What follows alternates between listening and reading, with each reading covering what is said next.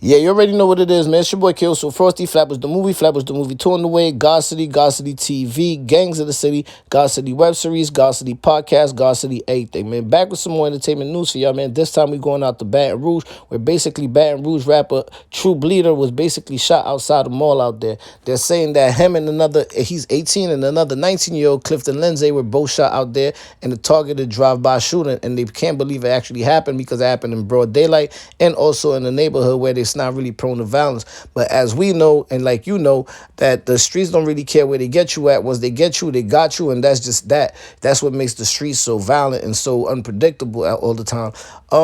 Also, they're also saying this has to be rivals or whatever. It's not a random shooting or nothing because, you know, these good boys is at war. Obviously, everybody's at war everywhere. I want to bring this up because a lot of focus on drill lately. But if people only want to focus on drill, then you're gonna overlook the real problem. We have a problem in the hood. The hood has a problem where everything resorts to violence. It doesn't even matter. It could be as far as from back in the days when you stepped on somebody's shoe, they ready to kill you, to today that you want to talk about somebody's dead homie, or you just talking like you just from the other side. And since you from the other side and our side's been beefing for over 30 years, like some of these kids probably just inherit beef. You get where I'm coming from? But anyway, like I said, what we really inherit out here is we inherit this violence. We inherit violence. So that's why I say you can't focus on the music. You got to really focus on the real issue. And the issue is basically that's all. It's like a tradition to us. It's like violence is like second nature to us in the hood. Like we have to be honest with each other. If we want to target the violence and the violent tendencies of us,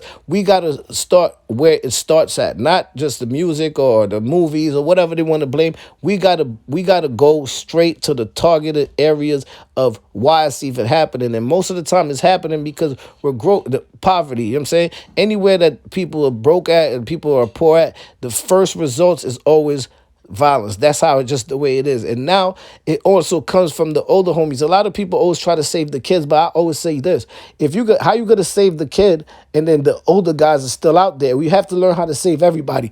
If we gotta clean up the neighborhood, or the whole community has to get cleaned up. It can't just be the kids, because you can only talk to the kids as much as you can, and then they go outside and they look at the older heads, or they look at the people that's probably like 2-3 years older than them, and they're about that violence. We got to be able to target everybody and say, yo, dogs, for us to really get a handle on this violence, we have to talk to everybody, get everybody on the same train, get everybody on board. You get where I'm coming from? Because the violence is outrageous. We have to learn to let that tradition go. All traditions are not good. Like, you get where I'm coming from?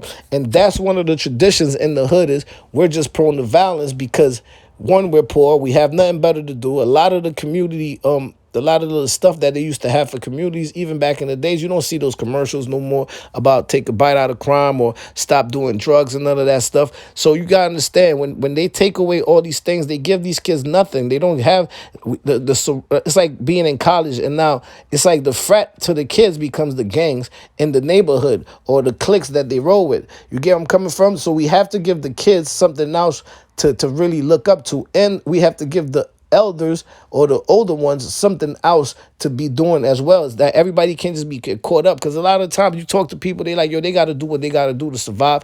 Everybody's trying to feed their kids, everybody's trying to maintain the family, so that be the one excuse. So that's why you see, every time you see somebody and you be like, yo, why you selling drugs, or why you gotta be out here with the strap? They're like, yo, I'm trying to protect me, my family, I'm trying to feed my family. So that's one. We have to start learning how to come up with programs that could actually help everybody, meaning like the kids is helping it's helping the kids, and it's also helping the adults, because as long as the adults is out there, let's say with the drugs and the gangs and everything, then the kids are always going to be prone to be getting caught up and joining these gangs and fighting the war that's been going on forever.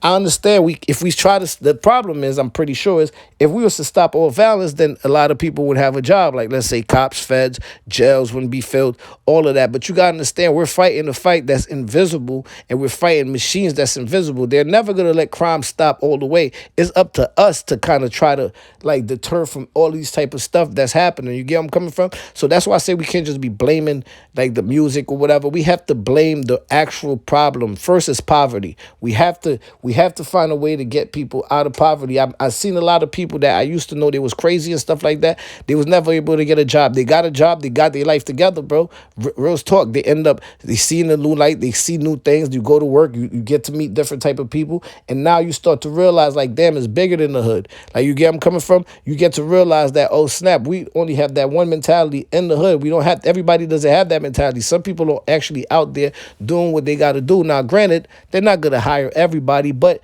as long as we could give people an opportunity to do something else, I feel like that's what would really help us in this fight against violence and crime in the community. You get where I'm coming from? Anyway, y'all let me know how y'all feel about that. Once again, I want to send my condolences out to his friends, family, and fans. He was only 18 years old, and that's crazy. Anyway, holla at your boy. Drop a comment. It's your boy Frosty.